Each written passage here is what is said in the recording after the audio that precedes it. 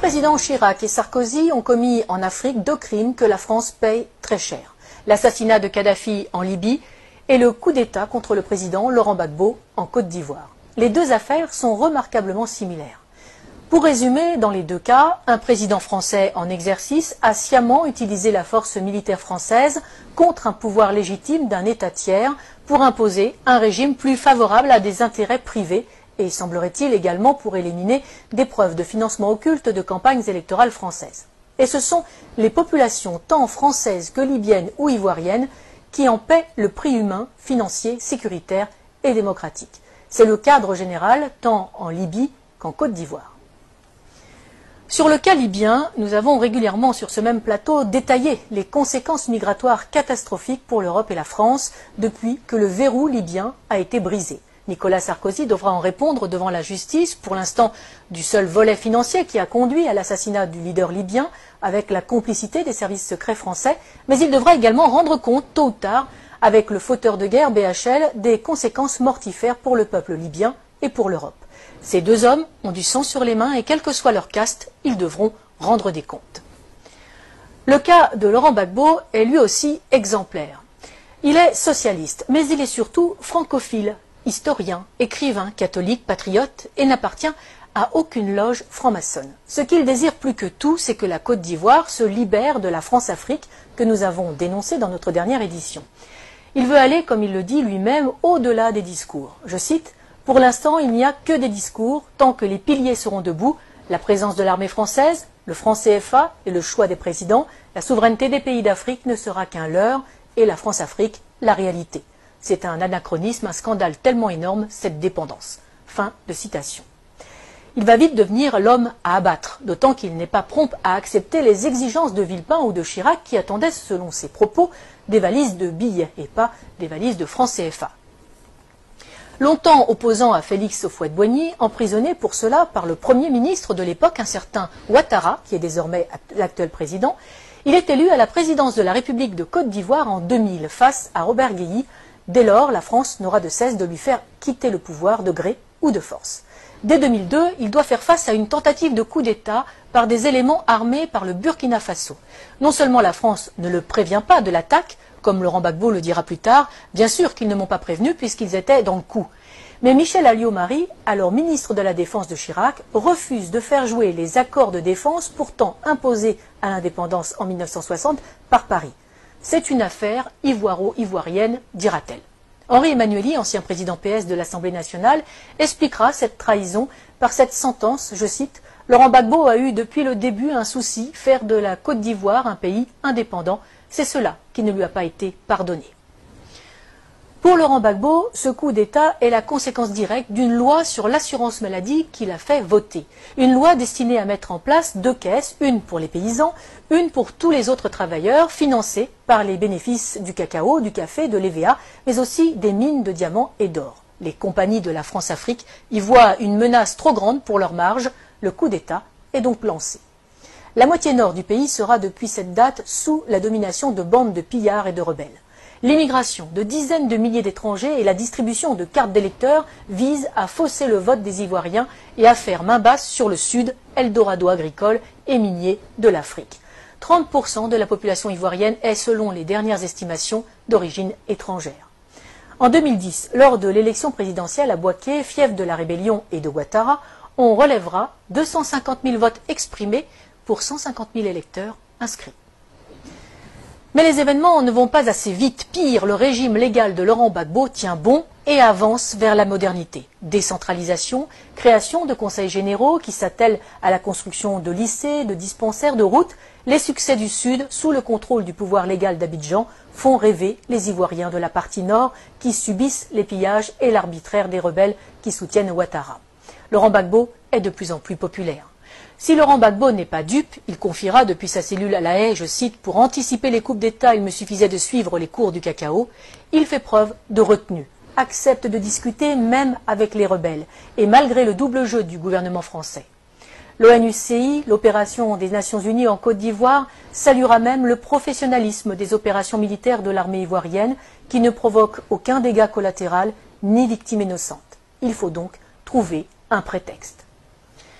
La première tentative majeure date du 6 novembre 2004. Deux Sukhoi de l'armée ivoirienne, pilotés par des mercenaires biélorusses, bombardent la zone de confiance, dénommée aussi ZOC, notamment à Man et Bouaké, et font 9 morts et 39 blessés parmi les soldats français.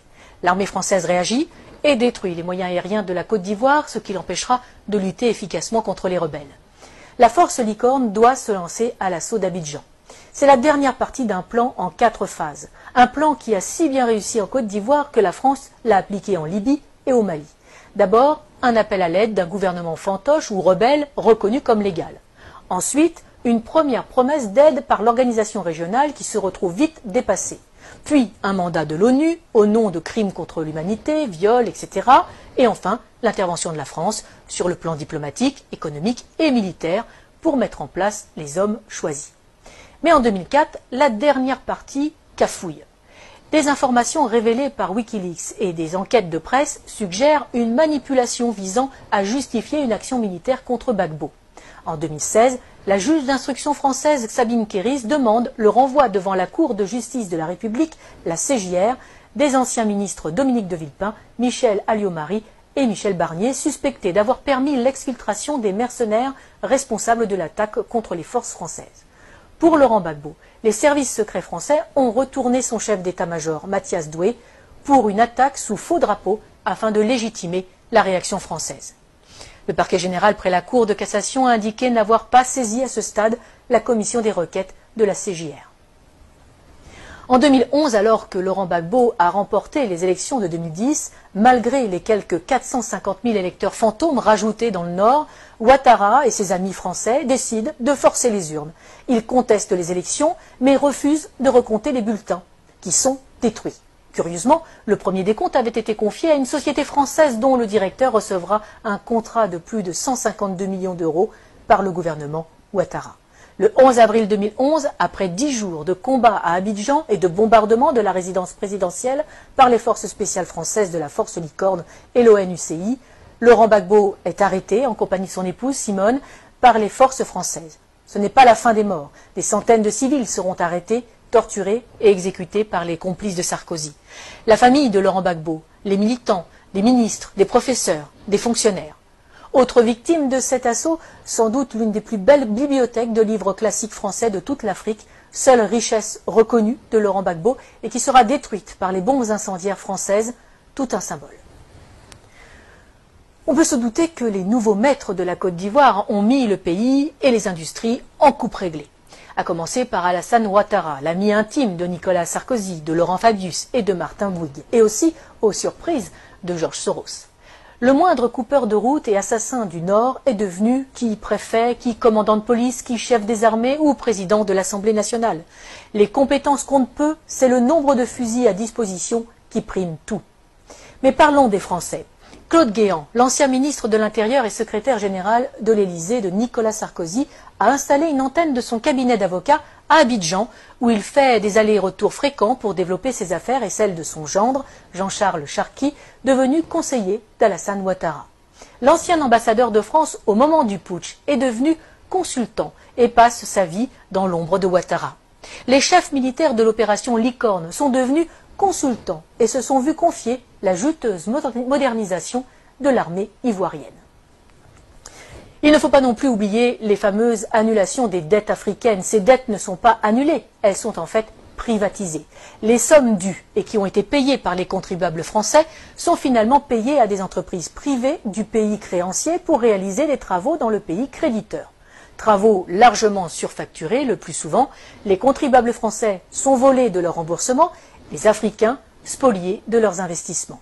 Et généralement, les entreprises favorisées sont dirigées par de grands amis des présidents et ministres en place en France. Ils ne peuvent quand même pas exécuter Laurent Gbagbo, bien que un procès en Côte d'Ivoire, oui, mais sans lui, car il est trop populaire. À la Cour pénale internationale, ce sera mieux, surtout qu'elle est le parfait outil de justice des vainqueurs.